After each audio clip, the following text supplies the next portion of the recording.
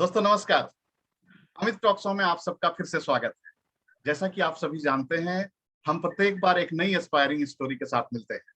और दोस्तों, आपको बताते हुए खुशी हो रही है, आज हम जिस इंस्पायरिंग स्टोरी से मिलने जा रहे हैं, उनका नाम है mister Anand Sharma. By profession वो एक एस्ट्रोलॉजर हैं, वास्तु कंसल्टेंट है। लेकिन आप सोचते होंगे कि इसमें कौन सी बड़ी बात है। हम उनको जल्द ही इनवाइट करेंगे, उनको वेलकम करेंगे, बट उससे पहले मैं बता देना चाहूंगा, उनकी स्टोरी इंस्पायरिंग इसलिए है कि वो नॉर्मली जब हम किसी एस्ट्रोलॉजर या वास्तु कंसल्टेंट से मिलते हैं, बात करते हैं, तो उनका बैकग्राउंड कहीं ना कहीं थोड़ा पूजा पाठ वाला और इस तरीके से रहता है। लेकिन हम आज के जो हमारे गेस्ट हैं आनंद शर्मा जी, वो जमशेदपुर से हैं। और उनका बैकग्राउंड, उनका एजुकेशन क्वालिफिकेशन की अगर हम बात करें, he is an MCA, MBA. Corporate life में उनकी काफी लंबी जर्नी रही है और वहां पे काफी सीनियर पोजीशन में रह चुके हैं। और आज के डेट की अगर हम बात करें, over a period of time उन्होंने फील किया कि उन्हें अपना पैशन को प्रोफेशन में कन्वर्ट करना है। एंड उसके तहत ही आज वो एक successful astrologer and vastu consultant है। और आज के डेट में सिर्फ इंडिया में ही नहीं, इंडिया के बाहर भी उनके क्लाइंट्स हैं और वो काफी लोगों को हेल्प कर रहे हैं। सो बिना विलंब किए मैं आनंद शर्मा जी को वेलकम करना चाहूंगा। आनंद जी, स्वागत है आपका, वेलकम। जी अमित जी नमस्कार, सभी दर्शकों को भी नमस्कार। नमस्कार सर, आपका बहुत बहुत धन्यवाद। मैं समझ सकता हूं कि आपका समय काफी इम्पोर्टेंट है और काफी बहुमूल्य है। आपका बिजी शेड्यूल रहता है, उसमें आपने समय निकाला हमारे टॉक शो के लिए, इसके लिए बहुत बहुत धन्यवाद। सो आनंद जी, चर्चा को आगे बढ़ाते हैं।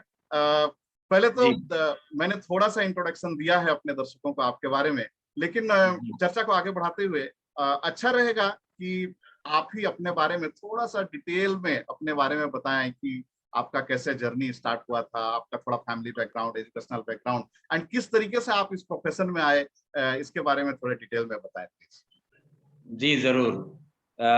मैं एक मध्यम वर्गीय परिवार से आता हूँ। पिताजी बिजनेसमैन थे, भाई लोग भी बिजनेसमैन हैं। बचपन से ही मुझे अध्यात्म में, ज्योतिष में और इन सब चीजों में रुचि रहती थी। बचपन में एक बार भगवान बुद्ध की मैं कथा पढ़ रहा था, तो भगवान बुद्ध के बारे में कहा जाता है कि जब उनका जन्म हुआ था, उस वक्त कुछ ज्योतिषियों ने उनके बारे में कहा कि या तो ये सन्यासी बनेगा, या ये बहुत उच्च कोटि का राजा बनेगा, या फिर सन्यासी बनेगा। और बाद में वो बहुत बड़े सन्यासी हुए। भगवान बुद्ध जो है हमारे विष्णु के 10 अवतार में भी एक गिनती में आते हैं। तो बाद में बस इस बात को मैं रियलाइज किया कि ये भगवान बुद्ध के बारे में, जिसका अभी अभी जन्म हुआ है, उसके बारे में ये ज्योतिषी ने इतनी बड़ी बात कह दी और वो सचमुच में सन्यासी हो गए। इसके साथ साथ भगवान कृष्ण के बारे में भी आकाशवाणी होती है कि देवकी और वासुदेव का 8वां पुत्र जो है वो कंस का वध, और सच में वही होता है, 8वां संतान ही कंस का वध करता है। तो कहीं ना कहीं ज्योतिष में जरूर ऐसी कोई गुण बात है, जो कि एक विद्या होती है, एक साधना होती है, जिसके माध्यम से इस विद्या को हासिल किया जा सकता है, इसको जाना जा सकता है कि ये क्या चीज है। और फिर बचपन में ही इस विद्या में मुझे रुचि हो गई। घर के बगल में मंदिर था, तो भागवत पुराण सुनना, कथा सुनना, रामचरितमानस सुनना, और मन में एक अंदर से वो भावना इस लाइन में डेवलप होती गई। लेकिन आजकल के आधुनिक युग के मुताबिक हर कोई चाहता है कि उसका बच्चा पढ़ लिख करके डॉक्टर, इंजीनियर बने, अच्छे से पैसे कमाए, समाज में अच्छे से रहे। तो परिवार के अनुसार हमने अच्छी पढ़ाई भी करी, एमसीए किया, एमबीए किया मार्केटिंग एचआर में, और मैनेजमेंट में हमने as a regional manager post में काम भी किया। लेकिन बैकअप द माइंड कहीं दिमाग में ये चलता था कि मुझे ज्योतिष में जाना है, मुझे ज्योतिष ही करना है। और इसके साथ साथ मैंने इस पर काफी अध्ययन करना शुरू किया, काफी शोध करना शुरू किया। इसके साथ साथ जो इसको करने के लिए साधना, मेडिटेशन, अपना आत्म अनुभव, अपना आत्म विचार को भी मैंने, आत्म बल को भी काफी बढ़ाया। और वैसे ही करते करते अंदर से जैसे लगा कि मुझे कोई सिद्धि प्राप्त हो गई है, मुझे कुछ ऐसा अनुभव आने लगा।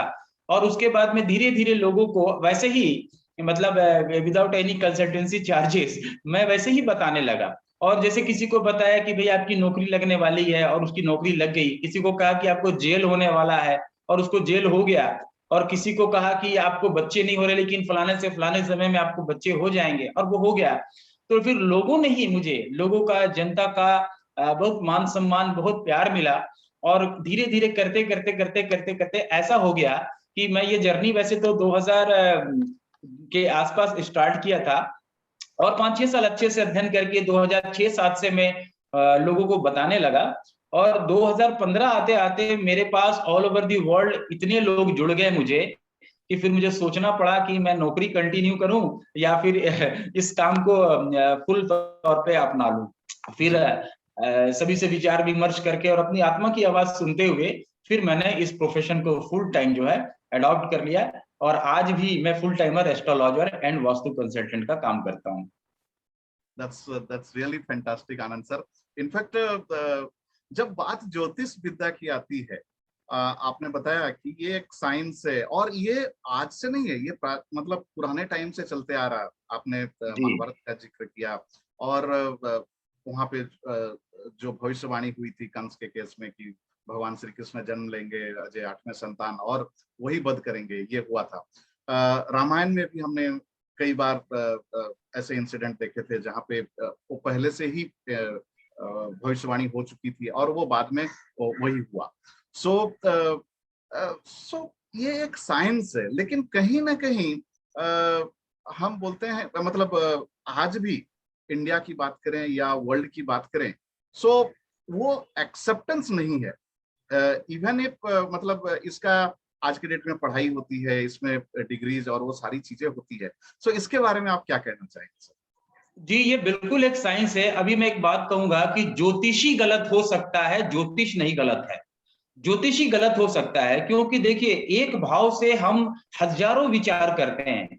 अभी आप पूछेंगे कि वो व्यक्ति देखने में कैसा है, वो व्यक्ति का शरीर कैसा है, उस आदमी को क्या बीमारी है, तो इसके लिए हम लोग लगन चार्ट देखते हैं, ठीक है ना। तो कोई कहेगा कि उसका शरीर बताइए, आकार बताइए, स्वरूप बताइए, स्वभाव बताइए, तो सारा चीज हम लोग लगन से विचार करते हैं। इसके बाद किसी का नेत्र का विचार करना है, वाणी का विचार करना है, कुटुंब का विचार करना है, धन का विचार करना है, तो हम सेकंड हाउस से देखते हैं। अब कहने वाले कोई ज्योतिषी अगर इसको सही से अध्ययन नहीं किया है, वो इस चीज को जानता ही नहीं है, तो अपनी मर्जी से कुछ भी कहेगा, जो ज्योतिष के सिद्धांतों को नहीं पालन करते हुए प्रेडिक्शन देगा, उसकी प्रेडिक्शन गलत हो जाएगी और फिर ज्योतिष बदनाम होता है, ज्योतिषी नहीं बदनाम होता है। ठीक है, तो ये एक साइंस इसलिए है कि आज भी जब हम भावों का विचार करते हैं तो आप कितना डीप उसमें नॉलेज रखते हैं। अगर आपको नॉलेज नहीं है तो कुछ भी आप कह सकते हैं, लेकिन अगर आप पूर्ण इसकी नॉलेज को लेके करते हैं। आज ज्योतिष दो भाग में विभाजित है, एक आपका गणित है, दूसरा फलित है।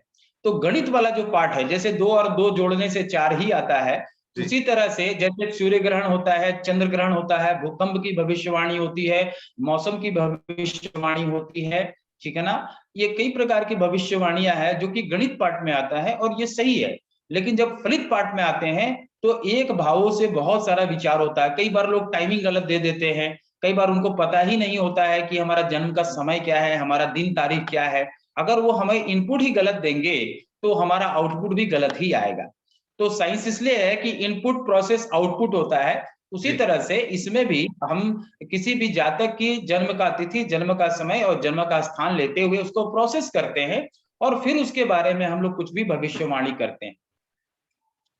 समझ गया सर। सो ये आपने बहुत अच्छी बात कही कि ज्योतिष गलत हो सकता है, लेकिन ज्योतिषी गलत नहीं हो सकता है। सो ये जो विद्या है, ये जो साइंस है, इसको जो सही मायने में जानता है, समझता है, वो डेफिनेटली जैसे कि आपने कहा कि अगर इनपुट सही रहेंगे तो आउटपुट जरूर सही निकलेगा। ठीक वैसे ही है जैसे कि हम लोग नॉर्मल साइंस में कहीं पर भी देखते हैं, जब प्रोसेसर के लिए जो इनपुट डालते हैं, अभी हम गन्ना डालेंगे तो गन्ना से जूस ही निकलेगा, संतरा डालेंगे तो संतरा का जूस ही निकलेगा। ठीक इसी तरीके से ये साइंस है। अगर इनका इनपुट में अगर कहीं कोई दिक्कत नहीं है, सो कहने का मतलब है बीइंग ए एस्ट्रोलॉजर, जब आपको एक इंडिविजुअल का करेक्ट डेटा मिलता है और उसके बेसिस पे जब आप इनपुट डालते हैं, उसके बाद जो चार्ट आपके सामने आता है, उसको स्टडी करना अगर एक एस्ट्रोलॉजर को सही मायने में आता है तो डेफिनेटली उसके बारे में वो सही भविष्यवाणी कर सकता है। मैं राइट बोल रहा हूँ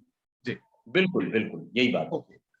लेकिन सर यहाँ पे जो मैं फिर से पहली वाली बात को ही कनेक्ट करना चाहूंगा कि मार्केट में कई तरीके के लोग होते हैं, लाइक अगेन ज्योतिषी का ही एक पार्ट है या वो एक्सटेंडेड वर्जन है या क्या है, इस पे थोड़ी सी मैं क्लैरिटी चाहूंगा। कि कुछ लोग हैं कि हाथ देख के भी बात करते हैं, कुछ है कि चेहरे को रीड करते हैं, फेस को रीड करते हैं, फॉरहेड को रीड करते हैं, देन कुछ लोग हैं न्यूमरोलॉजी को फॉलो करते हैं।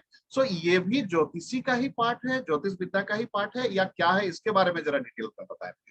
जी जरूर। देखिए, ज्योतिष की अलग अलग विद्याएं हैं, अलग अलग विद्या है, जिसको अलग अलग टाइप्स ऑफ एस्ट्रोलॉजी बोल सकते हैं।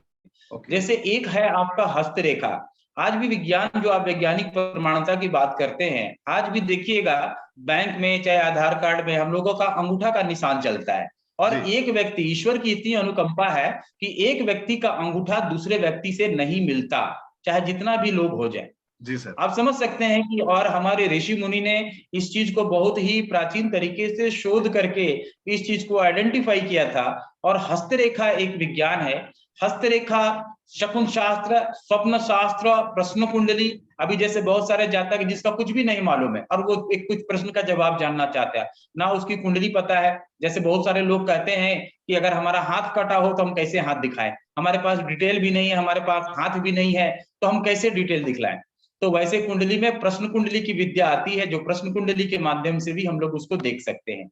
इसके अलावा जैसे है वास्तु है, जैसे हमारे शरीर के अंगों पर ग्रहों का, नक्षत्रों का अधिकार होता है, वैसे ही घर के वास्तु पर भी बहुत सारे ग्रह नक्षत्रों का, ब्रह्मांड के पिंडों का, उनके समस्त मैग्नेटिक फील्ड जो भी होते हैं उसका असर होता है।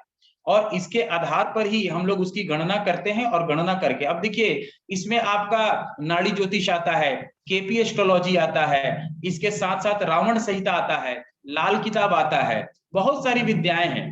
कहते हैं ना कि जैसे सारी नदियां जाके समुद्र में मिलती है, तो जी जब भी कोई भी विद्याओं की बात करें तो जाकर के ग्रह नक्षत्रों से ही शुरू होती है और ग्रह नक्षत्रों पर ही खत्म होती है। इसके अलावा तंत्र विज्ञान है, जो इन सब से ऊपर उठ करके है। ठीक है ना। तो ये अलग अलग विद्याएं हैं, अलग अलग चीजें हैं, सारी चीजें जाकर के उस स्पिरिचुअलिज्म को, उस इंट्यूशन को ही कनेक्ट होती हैं। उसका माध्यम अलग हो सकता है, जैसे बोली भाषा अलग हो सकती है, लेकिन जी। कहने की भावना वही होती है। बहुत बढ़िया सर, बहुत बढ़िया। ये जानकारी डेफिनेटली वे सारे हमारे व्यूअर्स जिनका भी ज्योतिष विद्या से, पामिस्ट्री से या फिर न्यूमरोलॉजी से जिनका भी इंटरेस्ट हो, डेफिनेटली ये नॉलेज उनको काफी काम आने वाला है। सर थोड़ा सा हम आपके लाइफ में वापस आते हैं। सो आप एक कॉर्पोरेट लाइफ को जी रहे थे, आई मीन अच्छा खासा पोजीशन में थे, एमसीए एमबीए करना कई लोगों का ख्वाब होता है, वो करने के बाद एक अच्छी नौकरी मिलना वो ख्वाब होता है। वो सारी चीजें आप एंजॉय कर रहे थे, कॉर्पोरेट लाइफ का अपना मजा होता है, बट हाँ उसमें उसके अपने चैलेंजेस भी होते हैं। बट देन जब वो एक लाइफ आप जी रहे होते हैं, उसके हिसाब से आपका लाइफ स्टाइल होता है, आपकी अपनी एक आइडेंटिटी होती है। सो इन सब के बीच आपने अपना अपना जो पैशन था, बचपन से ही पैशन था, जो कहीं ना कहीं आपके रूट में बसा हुआ था, एक तरीके से बोल सकते हैं, उसको भी आपने पैरेलली चालू रखा।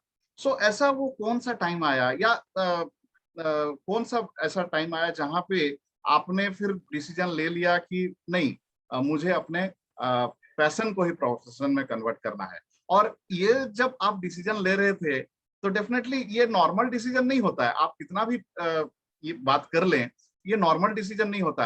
घर में घर वाले आपके होते होंगे जो ये डिसीजन जब आप लिए होंगे, डेफिनेटली आपको रोके होंगे। घर वालों का क्या रिएक्शन था? आपके फ्रेंड्स होंगे जो शायद जिनसे आप क्लोजली डिस्कस करते होंगे, तो उनका क्या रिएक्शन था? एंड उन सब के बाद अभी तक की जर्नी आपकी कैसे रही, ये बताएं।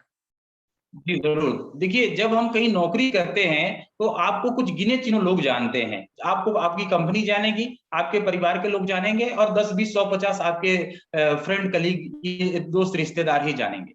लेकिन जब इस तरह की जन कल्याण वाली विद्याओं में जब आप जुड़ते हैं तो आपको पूरा दुनिया जानना लगता है। और जब आप बहुत लॉन्ग बैक, जब मैंने प्रेडिक्शन किसी का कहा था, जिसको कहते हैं डेथ प्रेडिक्शन, मृत्यु की भविष्यवाणी जब हमने की थी, और वो व्यक्ति वाकई में उस हालत में मर गया था, इसके साथ जेल योग की मैंने बताया था, हाथ पैर टूटने के योग बताए थे, वो सारी चीजें जब होने लगी तो मेरे साथ साथ मेरे परिवार भी देख रहा है। मेरी शादी हो चुकी थी, 2 बेटे हो चुके थे, पत्नी थी, हर कुछ बढ़िया से चल रहा था।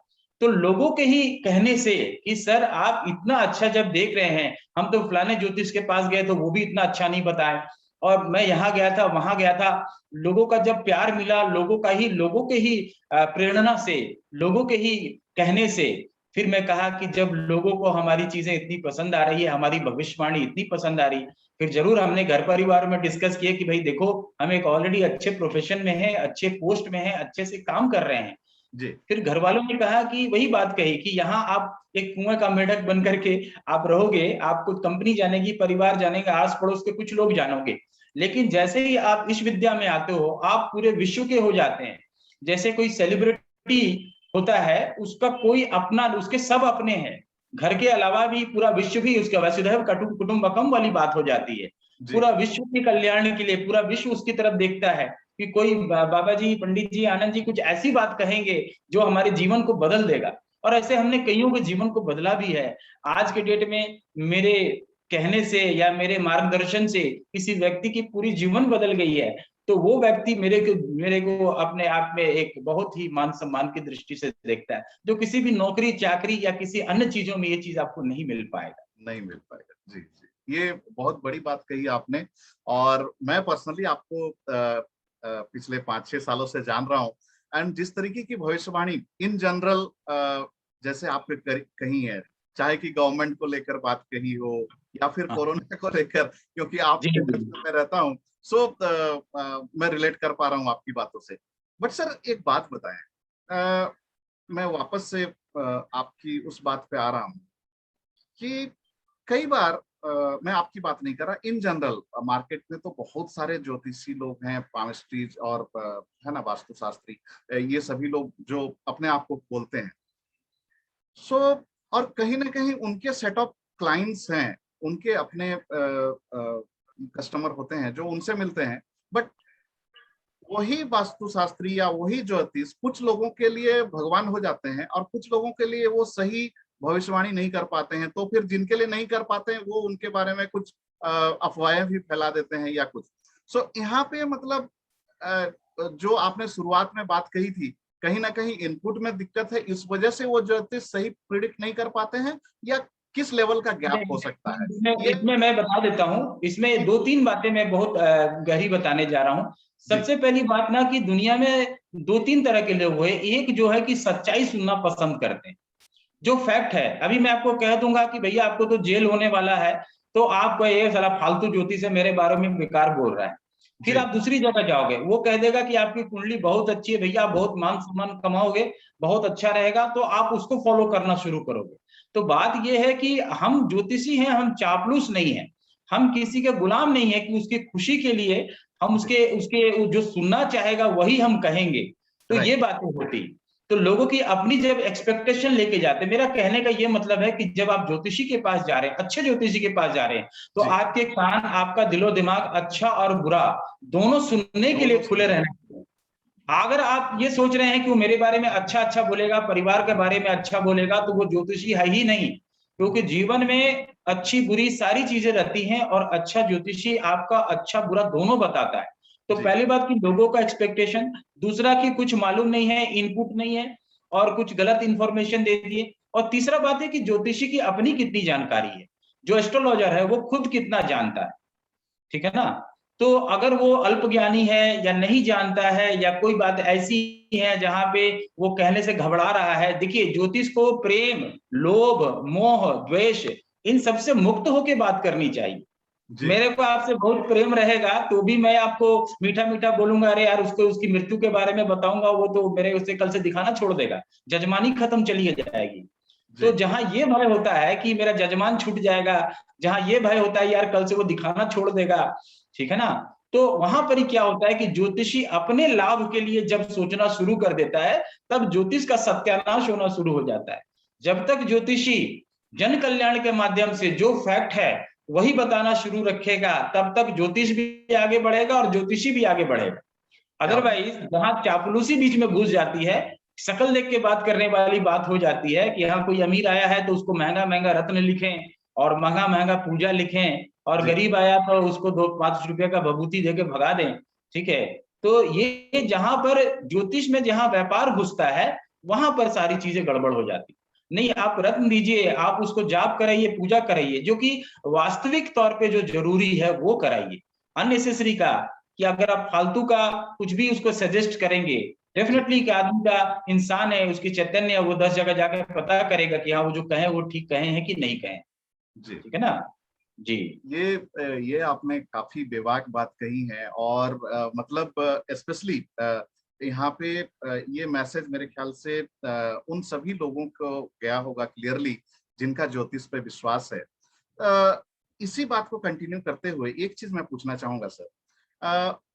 बहुत सारे प्रोफेशन हैं, डॉक्टर है, एडवोकेट हैं, या फिर कोई भी नॉर्मल आप अदर प्रोफेशन ले लीजिए। सो इन सभी प्रोफेशन में इनके अपने डिग्रीज होते हैं, और जब तक वो डिग्री नहीं मिलता है हम उनको ये बोल नहीं सकते हैं कि हाँ वो लॉयर है या डॉक्टर है, राइट। सो सेम चीज क्या ज्योतिषी में भी वो पैरामीटर होना चाहिए या है, या फिर मतलब एक अजय लेमैन, अजय मतलब जिसे ज्योतिषी का कुछ पता नहीं है, अभी मुझे किसी ज्योतिष को कंसल्ट करना है या वास्तुशास्त्री को कंसल्ट करना है, तो मुझे किस आधार पे एक जो अच्छा ज्योतिष या वास्तुशास्त्री को मैं कंसल्ट करूं, इस बारे में थोड़ा बताएं। नहीं, देखिए बिल्कुल, ज्ञान अपनी जगह पे है और इसमें डिग्री अपनी जगह में है। अभी जी देखिए, एक ऐसी विद्या का मैं आपको एग्जाम्पल दूंगा। जैसे कोई बहुत बड़ा संगीतज्ञ बहुत अच्छा गाता है, लेकिन उसके पास संगीत की कोई डिग्री नहीं है। ठीक है ना? जी ये ऐसी विद्या, ये देवीय शक्ति वाली विद्या है, ये आध्यात्मिक शक्ति वाली विद्या है, और इसको आप महसूस कर सकते हैं। इसको आप किसी डिग्री के पैमाने पर नहीं नाप सकते हैं। आपके दरवाजे पे कोई फकीर आता है, फकीर हाथ में झोला लिया हुआ है, हाथ में कटोरा लिया है, और वो कहता है कि अमित साहब आपका 3 साल में मकान बन जाएगा। वो जी 3 साल के बाद आपका मकान बन जाता है, आप उस फकीर को फिर आप घूम के ढूंढते हो कि यार वो फकीर कहाँ गया। उसके पास ना कोई डिग्री है, ना कोई पहनावा है, ना कोई धन है, लेकिन उसकी कही गई बात को आप आजीवन याद रखते हो। तो ये देवीय शक्ति वाली विद्या है, ये भगवान की कृपा वाली शक्तियां वाली विद्या है। सभी लोग ज्योतिषी नहीं बन सकते। ज्योतिषी बनने के बहुत लोग प्रयास करते हैं, लेकिन सब लोग बन नहीं सकते। अब जैसे मान लीजिए आपके अंदर इस तरह की विद्या सीखने की ललक है, तो बहुत सारे यूनिवर्सिटी है। आपका संपूर्णानंद संस्कृत विश्वविद्यालय है, हरिद्वार में है, उज्जैन में है, गया में है, जिसमें आप ज्योतिष विद्या की संपूर्ण जानकारी ले सकते हैं, कि जो आपको डिग्री भी दिलाएगा। लेकिन डिग्री लेना और ज्योतिषी लेना दोनों अलग बातें हैं। इसके लिए ज्ञान का इंप्रूवमेंट आप कर सकते हैं, लेकिन असली ज्योतिष विद्या जो आती है वो आत्म बल से आती है, अपने अध्यात्म से आती है, अपनी साधना से आती है, पूर्व जन्म के कर्मों से आती है, आपके प्रारब्ध से आती है। कभी भी ज्योतिष की विद्या डिग्री लेने से या किताब पढ़ने से नहीं आती है। ये एक गंभीर साधना है, जिसमें आपको दोस्ती यारी, घर परिवार, दुनिया संसार सबको भुला करके इसमें लगना पड़ता है, तब जाकर के कोई साधक ज्योतिषी बनता है। क्या बात है, ये आपने बहुत सही बात कही कि एक इंसान के लिए डिग्री मतलब ये तो खैर हर प्रोफेशन में लागू होता है सर। कोई पैसा दे के भी डिग्री हासिल कर लेता है, और कोई है कि अपने मेहनत के बल पे डिग्री हासिल करता है। बट अल्टीमेटली जब हम सक्सेस को और उसकी पर्सनल लाइफ को, उसकी जर्नी को जब हम देखते हैं, तो हम पाते हैं कि वो इंसान अपने लाइन में कहीं ना कहीं साधना किए रहता है, प्रैक्टिस करता है, एंड उसके बाद ही वो एक सक्सेसफुल जर्नी तय करता है। और ये चीज हम हर प्रोफेशन में देखते हैं। तो सेम चीज जो है ज्योतिषी में भी लागू होती है। डिग्री बिल्कुल वो एक बस पेपर ही है। अल्टीमेटली एक इंडिविजुअल जो ज्योतिषी है या फिर वास्तु कंसल्टेंट है, अपने प्रोफेशन को कितना प्यार करता है, कितना प्रैक्टिस करता है, कितना डीपली इन्वॉल्व है, वो मायने रखता है।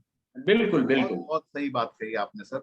एंड इनफैक्ट यहाँ पे मैं थोड़ा सा पॉज लूंगा, अपने दर्शकों को बोलना चाहूंगा कि दोस्तों हम आज आनंद शर्मा जी से बात कर रहे हैं, और आनंद शर्मा जी एक बहुत ही जाने माने एस्ट्रोलॉजर एंड वास्तु कंसल्टेंट हैं, और वो आज के डेट में सिर्फ देश में ही नहीं विदेशों में भी पॉपुलर हैं। इनके क्लाइंट्स जो है अक्रॉस ग्लोब आज के डेट में हैं। एक चीज जो अच्छी बात लगती है आनंद शर्मा जी की, वो ये है कि इतना जबरदस्त इंसान है, और इन्होंने अपनी कॉर्पोरेट जर्नी, जहां पे इन्होंने अच्छे पोजीशन में रहते हुए इन्होंने अपने पैशन को चुना, और पैशन को प्रोफेशन बना के आज एक सक्सेसफुल जर्नी पे हैं। इनसे जो जो जो मेजर चीज हर कोई सीख सकता है वो ये है कि आपको क्या पसंद है। If you start working what you love, that would be the great thing, and that is the ultimately you can say you have converted your passion into profession.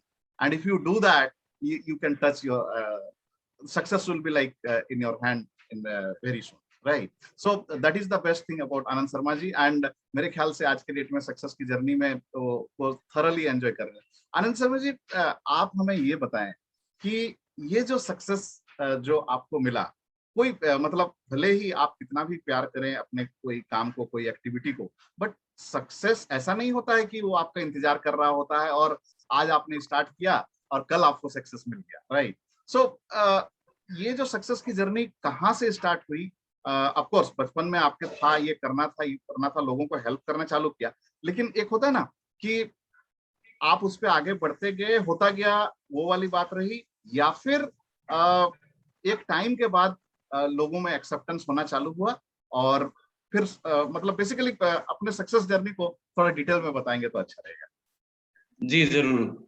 जब ये इस तरह की चीजें मेरे मन में आने लगी तो मैं इस पर पैरेलली अध्ययन भी करने लगा और लोगों का प्रैक्टिस करने लगा, घर घर जाकर के फ्री में ही, वैसे निःशुल्क कंसल्टेंसी देकर के वास्तु देखने लगा।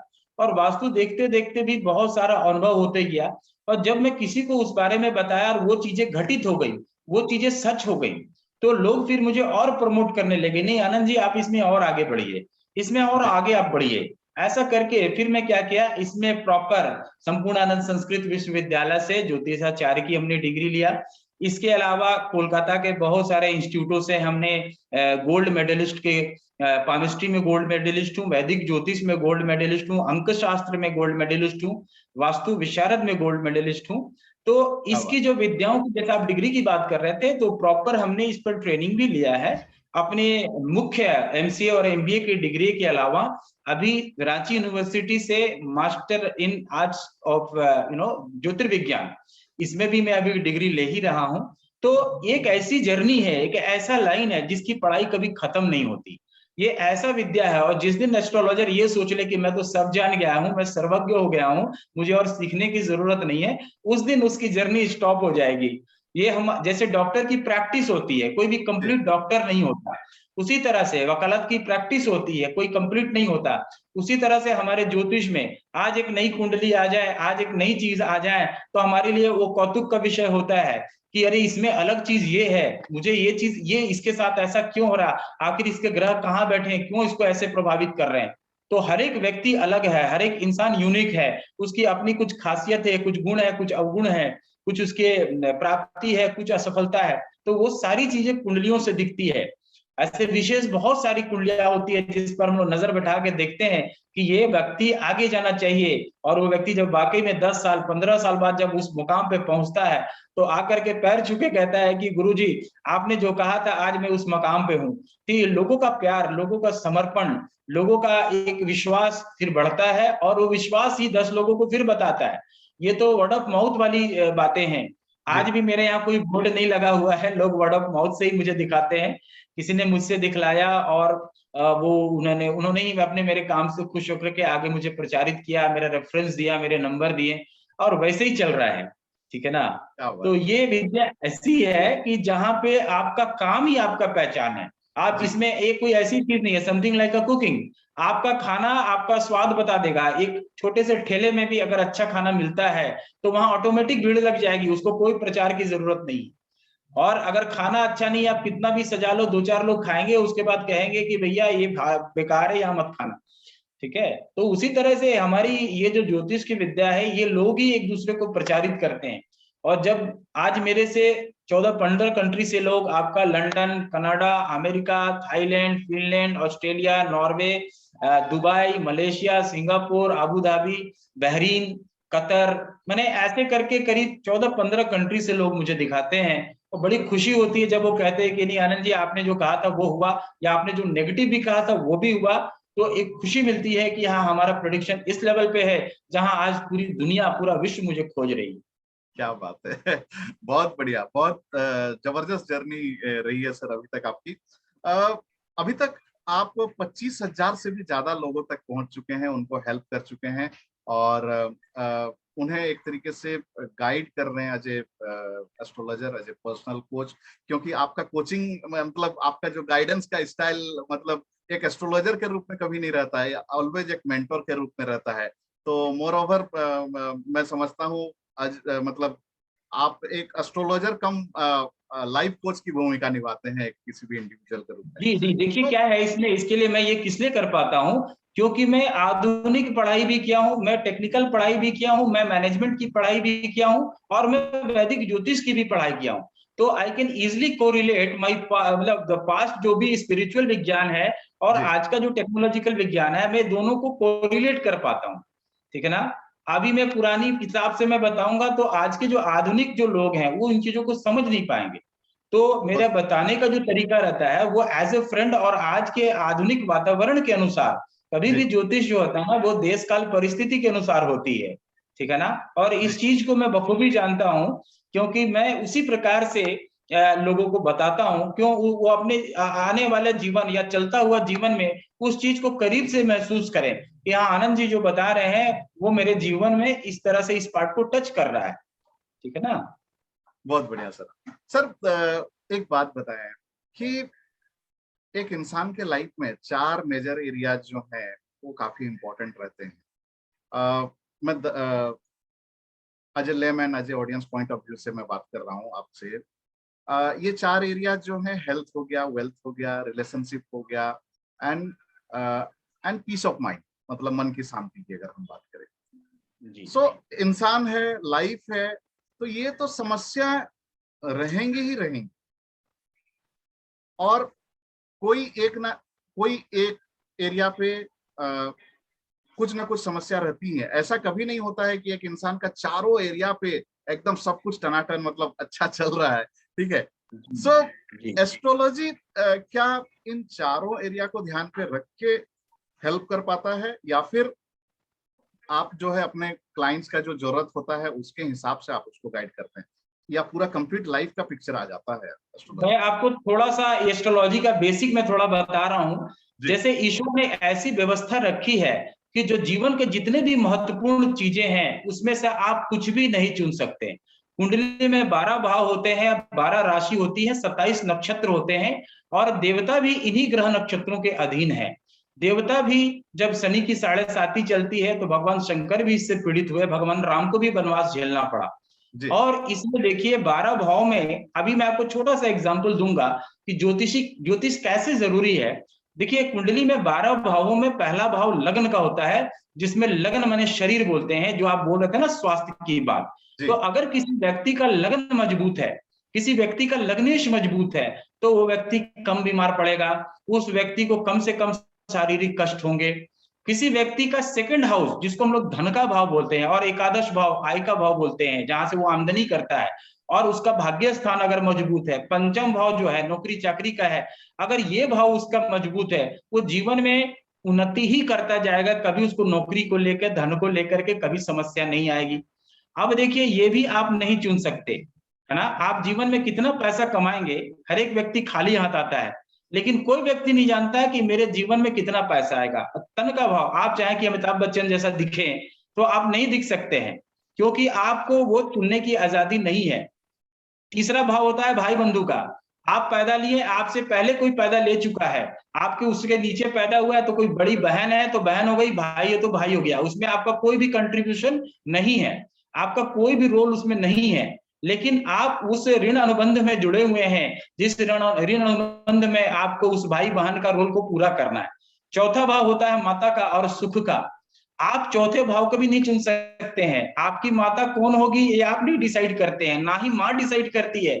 माँ का पेट में गर्भ आ गया, माँ को खुद पता नहीं होता है। माँ 9 महीने 9 ग्रहों के प्रभाव से उस बच्चे को अपने कोख में पालती है, और माता स्वयं भी नहीं जानती कि मेरा बच्चा कितना दूर तक बना है, और ये लड़का बना है कि लड़की बना है कि क्या बना है। जी पंचम भाव होता है आपके संतान का। आप अपना संतान भी नहीं चुन सकते, ईश्वर ने जो दिया है वो आपको मिलेगा। ठीक है। आप चाहेंगे कि मेरा संतान बहुत सुंदर हो, बहुत गोरा हो, बहुत हंसमुख हो, बहुत नहीं। आपने आपके जीवन में प्रारब्ध में जिस तरह का संतान लिखा है वो मिलेगा। छठा भाव होता है रोग ऋण शत्रु का। ठीक है, कोई व्यक्ति, देखिए दुनिया में, संसार में कोई व्यक्ति जेल नहीं जाना चाहता, कोई व्यक्ति हॉस्पिटल नहीं जाना चाहता, कोई व्यक्ति कर्ज में नहीं आना चाहता, लेकिन ये सारी घटनाएं जीवन में घटती हैं, आपके कंट्रोल में कुछ भी नहीं है। और ये सारी चीजें आपको ईश्वर ने अपने हाथ में रखी है। होता पत्नी का, पत्नी भी ईश्वरीय अनुकंपा से आपको प्राप्त होती है। ऐसे बहुत सारे लोग देखेंगे, प्रेम किसी से किया, हुई नहीं, किसी और से हो गई। अगर व्यक्ति के स्वयं के चाहने से सारी चीजें होती तो सारी चीजें उसके कंट्रोल में होती। अगर आप जो चाह रहे हैं, जो सोच रहे हैं, वो नहीं हो रहा है, इसका मतलब कि उसको आपको कोई और चला रहा है। अगर आपकी सारी चीजें आपके सोचने के अनुसार चल रही हैं, इसका मतलब आप स्वयं को चला रहे हैं। लेकिन अगर आप जितना कुछ सोच रहे हैं अगर वो नहीं हो पा रहा, इसका मतलब आपको कोई और दूसरी शक्ति चला रही है। और ये सारी शक्तियां ग्रह और ज्योतिष और नक्षत्रों के अधीन है। अष्टम भाव होता है मृत्यु का। आप खुद अपनी मृत्यु नहीं चुन सकते, ना अपना जन्म चुन सकते हैं, ना अपनी मृत्यु चुन सकते हैं, ना अपना जीवन चुन सकते हैं। ये सारा चीज आपके ईश्वर के अधीन है। उसी प्रकार पिता भी नहीं चुन सकते हैं। आप कहां से इनकम करेंगे, कितना इनकम करेंगे, कब विदेश जाएंगे, कब जेल जाएंगे, आपको कुछ नहीं पता। और जितने भी जीवन के महत्वपूर्ण भाग है, जैसे आपने बताया तन मन धन, ये सारी की सारी चीजों की जो कंट्रोलिंग होती है वो ईश्वर के हाथ में होती है। और ईश्वर इन सभी चीजों को, जैसे डिपार्टमेंट होता है ना, उस डिपार्टमेंट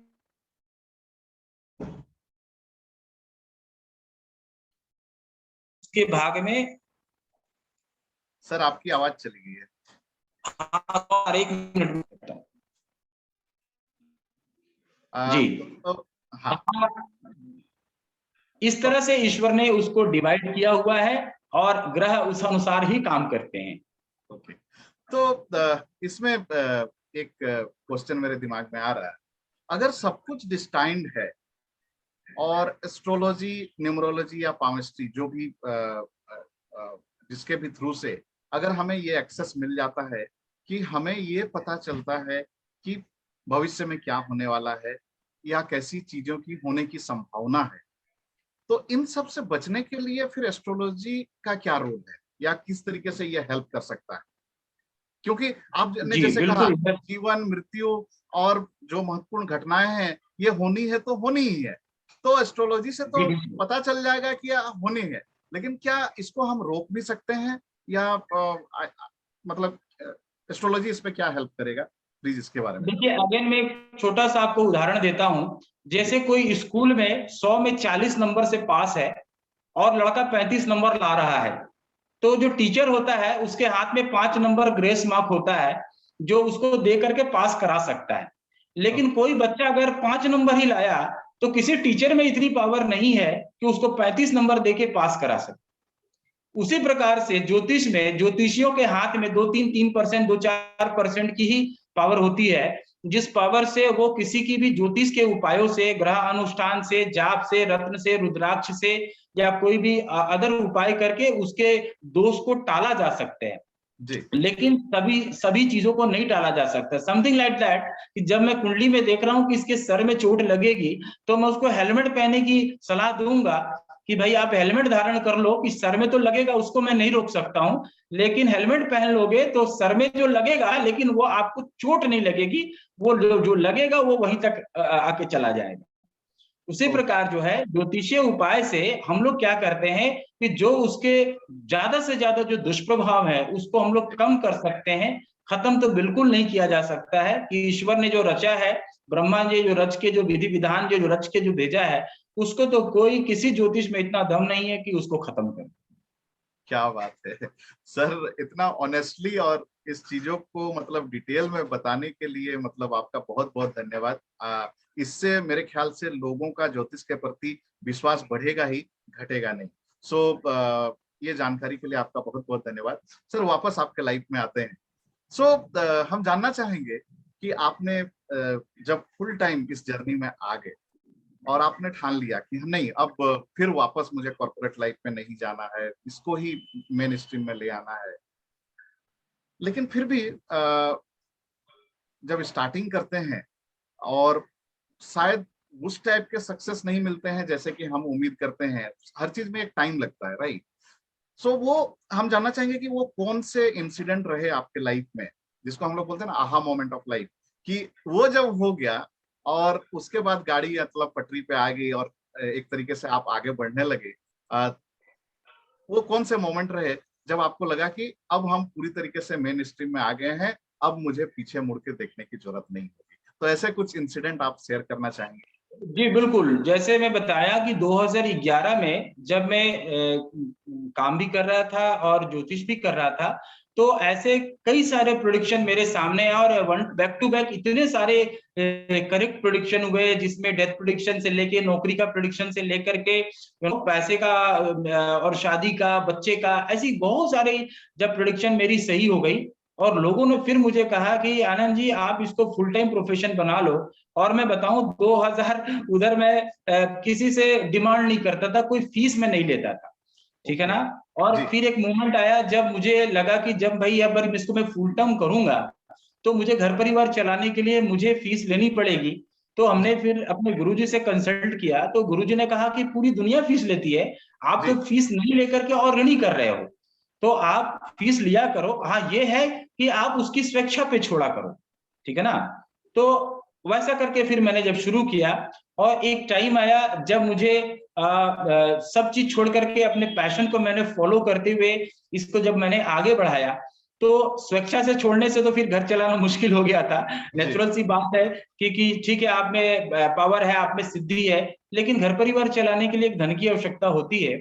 और उसको जब मैं उस हिसाब से किया तो मुझे काफी दिक्कत होने लगी। तो फिर मैंने इसका एक प्रॉपर फीस रख दिया और फीस के आधार पर, और इतने दिन में जो मैंने पैरेलली 10 साल काम किया, तो लोगों ने ही मेरे को प्रचारित कर दिया कि अरे आनंद जी अब तो फ्री हो गए हैं, नौकरी छोड़ चुके हैं, अब तो ये फुल टाइम दे पाएंगे, आप लोग जाइए दिखाइए, कभी भी अवेलेबल है, ठीक है, अब पहले वाली बात नहीं है। तो वो जो मोमेंट आया, और वो जो मोमेंट आया वो मोमेंट नहीं मोमेंटम बन गया।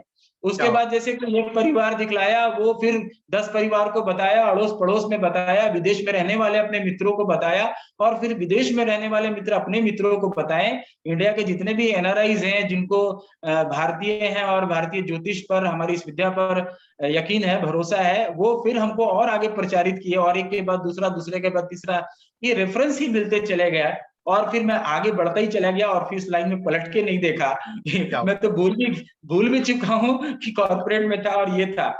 अभी हमारा साधना में वक्त गुजरता है, ज्योतिष अध्ययन में वक्त गुजरता है, कुंडलियों की विवेचना में वक्त गुजरता है, पूजा पाठ, धार्मिक अनुष्ठान, ग्रह शांति पूजन, इस समय में वक्त गुजरता है। क्या बात है सर। सर अगर आपको बताने में कोई दिक्कत नहीं हो, मैं समझ सकता हूँ 25,000 से ज्यादा लोगों का को आप हेल्प कर चुके हैं, हर केस तो याद भी नहीं रहता होगा आपको, लेकिन कुछ स्पेशल केसेस होते हैं, ठीक है, अगर नाम ना लेते हुए कोई समस्या नहीं हो तो किस तरीके से आपने भविष्यवाणी करी थी और कैसे सटीक मतलब वो हुआ था? ऐसा कोई इंसिडेंट किसी आपके क्लाइंट का अगर शेयर करना चाहें तो कर सकते हैं, या फिर कोई ऐसा स्पेशल इवेंट, कोई इंडिविजुअल के नहीं बल्कि कंट्री के लिए, या उस तरीके का कोई भविष्यवाणी शेयर करना चाहें तो बहुत अच्छा रहेगा। जी बिल्कुल बिल्कुल। देखिए अभी एक हमारे से नाम नहीं इसलिए लूंगा क्योंकि ये पब्लिक मंच है। अभी एक जन थे, उनकी 2 बेटियां थी, बड़ी बेटी 16 साल की हो गई थी, दूसरी बेटी 13 साल की हो गई थी। और उन्होंने मुझे 2017 में दिखलाया, कहा कि आनंद जी मेरे भाई की भी कोई बेटा नहीं है और मुझे भी कोई बेटा नहीं है, और मैं काफी परेशान हूँ क्योंकि इतना बड़ा साम्राज्य, इतना बड़ा पैसा संभालने के लिए कुल वंश में मेरा एक भी पुत्र संतान नहीं है।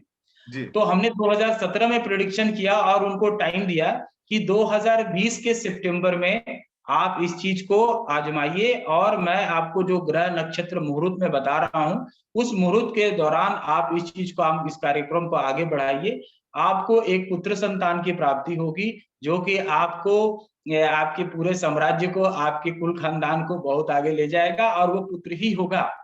और इस बात को उन्होंने फॉलो किया। और ऊपर वाले का चमत्कार देखिए, जो समय मैंने कहा था सितंबर 2020 में ऑल ऑफ ए सडन उसकी वाइफ प्रेग्नेंट हो गई, और प्रेग्नेंट हो गई, फिर वो मेरे पास आए और वो आनंद जी अभी हम सोचे भी नहीं थे, हम तो प्लान कर ही रहे थे कि क्या है नहीं है, तब तक मेरी वाइफ प्रेग्नेंट हो गई। जो 13 साल में नहीं हुआ वो ऑटोमेटिक अभी हुआ है, और हम क्या करें। हम बोला आप बिल्कुल छोड़ दीजिए, आपका कुल का आपके संचालक आ रहे हैं, अब आप निश्चिंत होकर बैठ जाइए। और इधर ही मई जून महीने में उनकी वाइफ को एक पुत्र संतान की प्राप्ति हुई है, जो कि समझिए कि एक किसी कुल को हमने एक वंश अपनी विद्या से दे दिया।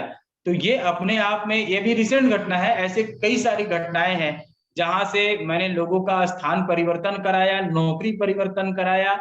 ऐसे बहुत सारे लोग हैं जिनका लड़की की शादी नहीं हो रही थी और शादी के कारण सारा जीवन, जैसे लड़की की शादी नहीं हो रही, उसके पीछे लड़का है, उसकी भी शादी नहीं हो रही है, उससे छोटा भाई है, 30-35 उम्र हो रही है, शादी किसी की नहीं हो रही है, तो पूरा घर एक शादी के चलते परेशान है।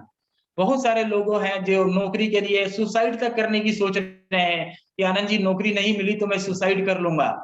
और ऐसे लोगों को अपनी विद्या से, अपने उपायों से जब उनको नौकरी प्राप्त हुई है, तो एक तरह से हमने किसी का जीवन बचा लिया नौकरी प्राप्त कराकर, नौकरी उपलब्ध करा करके। तो आप समझ सकते हैं 25,000 एग्जाम्पल में ऐसे बहुत सारे एग्जाम्पल, मुझे तो याद भी नहीं, आज की डेट में लोग ही याद दिलाते हैं कि हाँ सर आपने ऐसा कहा था और मेरे साथ ऐसा हुआ और आज मैं इस मुकाम पे हूँ।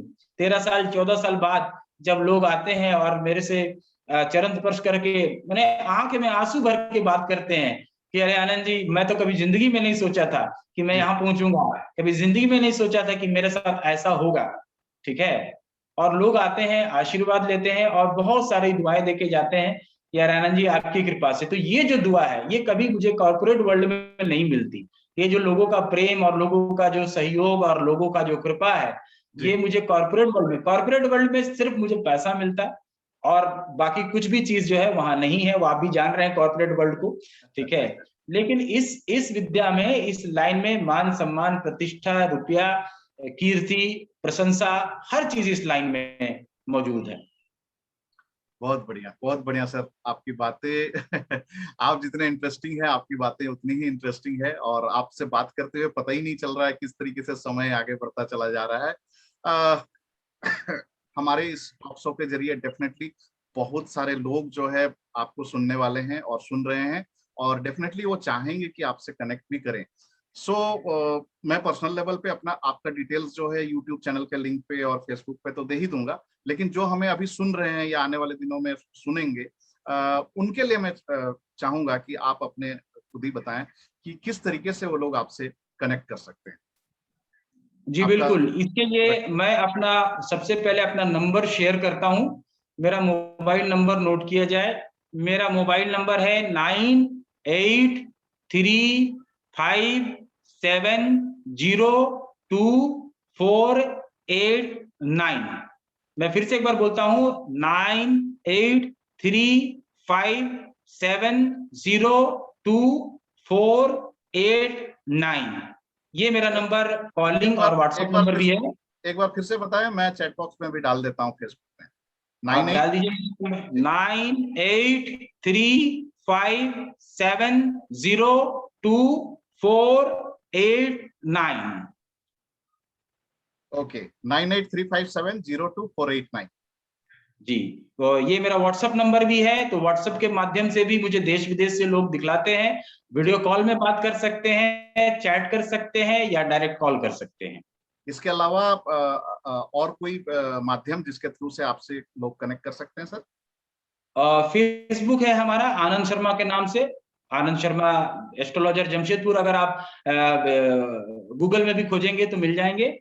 क्या बात, ठीक है ना? बहुत बढ़िया। आपका कोई यूट्यूब चैनल, वेबसाइट या फिर ईमेल आईडी? ने बीच में बनाया था, लेकिन अभी किसी व्यस्तता के कारण मैं नहीं बना पा रहा हूँ। मेरा ईमेल आईडी है professional.anand@gmail.com। श्योर। सो ये सारी डिटेल्स मैं आपसे ले लूंगा और हम अपने पेज में भी उसको शेयर कर देंगे, कोई दिक्कत नहीं है। सो आनंद जी, मतलब काफी अच्छा लगा ये सारी चीजें आपसे डिस्कस करते हुए। जाते जाते मैं आपसे जानना चाहूंगा या फिर मैं चाहूंगा कि आप हमारे व्यूअर्स को, ऑडियंस को कुछ मैसेज अगर आप देना चाहें तो बहुत अच्छा रहेगा। जी बिल्कुल, देखिए कर्म प्रधान तो विश्व जरूर है, लेकिन कर्म के साथ साथ भाग्य। ऐसे देखिए कि बहुत सारे लोग कर्म करते, लोग कहते कर्म करो, लेकिन कर्म के साथ साथ आपको अपनी कुंडली भी दिखवानी जरूरी होती है। क्योंकि अगर अगर आपका भाग्य का सहयोग कहीं रुक रहा है, हो सकता है आप मंजिल के बहुत करीब हो और आप फ्रस्ट्रेशन में आकर के आप अपने काम को छोड़ दे रहे हैं। आपके में बहुत अच्छे संजोग है। बहुत सारे लोग आईएएस आईपीएस की तैयारी करते हैं, 2 अटेम्प्ट दिया और फिर छोड़ देते हैं। उनको ऐसा लगता है कि लगता मेरे से नहीं होगा, लेकिन उनकी कुंडली में वो भाग्य में रहता है। सिर्फ ये भाग्य कहता है कि आप उतना परिश्रम करो तब वहां पहुंचोगे। तो अगर कोई मेंटर या कोई मार्गदर्शक, ज्योतिषीय मार्गदर्शक आपकी कुंडली के बारे में आपको सच्ची सलाह देता है, आप उसकी बातों को फॉलो करते हो, तो आप सक्सेस के बहुत नजदीक चले जाते हो। आपका किस्मत जो है वो आपको साथ देने लगता है। तो कर्म के साथ साथ भाग्य और भाग्य के साथ साथ कर्म जुड़ा हुआ है, दोनों एक दूसरे के पूरक हैं। इसलिए काम के साथ साथ किसी भी अच्छे ज्योतिषी से आप अपनी पत्रिका बीच बीच में जरूर दिखलाते रहें, ताकि आप, अब देखिए इसमें बहुत सारे लोग हैं जो इस विद्या को ठगी विद्या बना चुके हैं। तो आप किसी लिटरेट, बड़े जानकार, पढ़े लिखे अच्छे ज्योतिष को आप दिखलाइए, चाहे जहां भी दिखलाइए, ताकि वो आपको प्रॉपर गाइड कर सके, आपको सिर्फ ठगी करने का, लूटने का एक मुल्ला आपको ना समझे। ठीक है ना? आप अच्छे ज्योतिषी को कहीं भी दिखाएंगे, आपको सच्ची सलाह मिलेगी, अच्छी सलाह मिलेगी, और आप उसके माध्यम से आप जीवन में उन्नति करेंगे। क्या बात है, आपने बहुत अच्छी बात कही सर। जाते जाते एक व्यूअर्स का क्वेश्चन हम लेना चाहेंगे। इनका पूछना है कि अगर सही डेट ऑफ बर्थ और टाइम ना पता हो तो फिर आप उनको हेल्प कर सकते हैं, या फिर वो जरूरी है तभी आप हेल्प कर पाएंगे? नहीं, कुछ हद तक, जैसे मैंने पहले भी कहा कि अगर आपका डेट ऑफ बर्थ सही नहीं है तो उसके लिए हमें हस्तरेखा देखने की जरूरत पड़ती है, कुछ हद तक फेस रेटिंग की भी जरूरत पड़ती है, और कुछ हद तक हम लोग प्रश्न कुंडली से भी जो है उसका समाधान हम लोग देते हैं। ओके, सो इस बात को मैं भी थोड़ा सा आगे बढ़ाना चाहूंगा, क्योंकि हमारे बहुत सारे ऐसे व्यूअर्स हो सकते हैं जो गांव से बिलोंग करते हैं या फिर थोड़ा पुराने टाइम से हैं। आज के डेट में पेरेंट्स जो है ज्यादा अवेयर हैं, तो और हॉस्पिटल से भी उनको इन्फॉर्मेशन मिल जाती है कि ये डेट है, ये टाइम है। लेकिन पहले के टाइम में गांव में घर पे डिलीवरी हो जाती थी या हॉस्पिटल में भी होती थी, तो प्रॉपर रिकॉर्ड नहीं रखा जाता था, भूल गए। सो उन लोगों के लिए फिर हस्तरेखा के जरिए से, फेस रीडिंग के जरिए से आप हेल्प कर सकते हैं। लेकिन क्या उसमें फिर वो कुछ गैप आ जाएगा, एक्यूरेसी में कोई डिफरेंस आ जाएगा, या नहीं, एक्यूरेसी के लिए ईश्वर की कृपा से मेरे पास वो विद्या है कि जी, अगर आपका डेट सही है तो मैं आपके अंगूठे के लाइंस को देख करके आपका टाइमिंग निकाल लूंगा।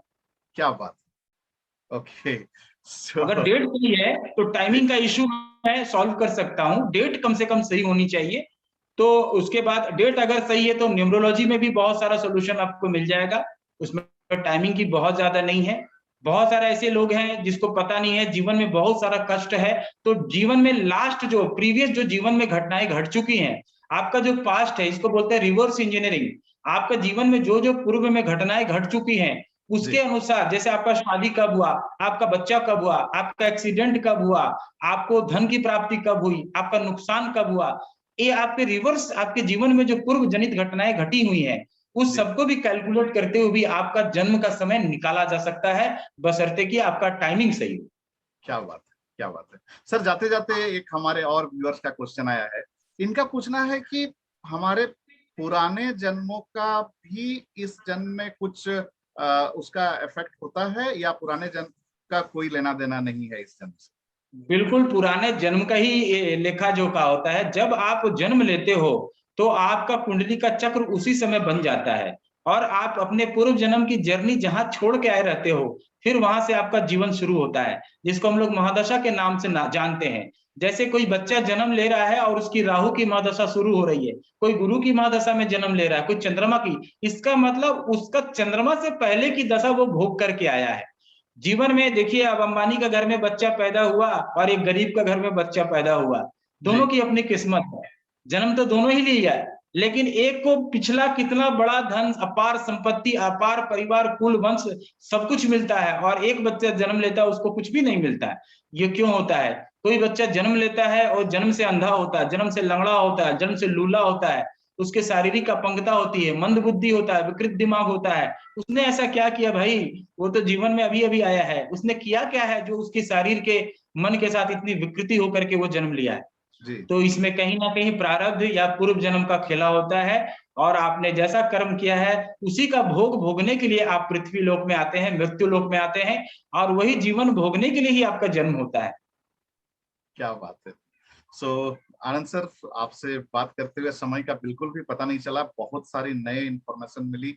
स्पेशली ये सब्जेक्ट ही काफी इंटरेस्टिंग है और बहुतों के लिए काफी नया भी होगा। और जिस तरीके से आपने चीजों को बताया, इस पे डेफिनेटली लोगों का विश्वास बढ़ेगा।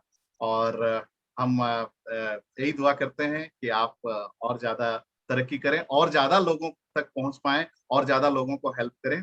और इन्हीं सब शब्दों के साथ आपसे विदा लेना चाहेंगे सर। आपका बहुत बहुत धन्यवाद हमारे टॉक शो में आने के लिए। Thank you. नमस्कार, धन्यवाद अमित जी, और सभी दर्शकों का भी नमस्कार, धन्यवाद। जय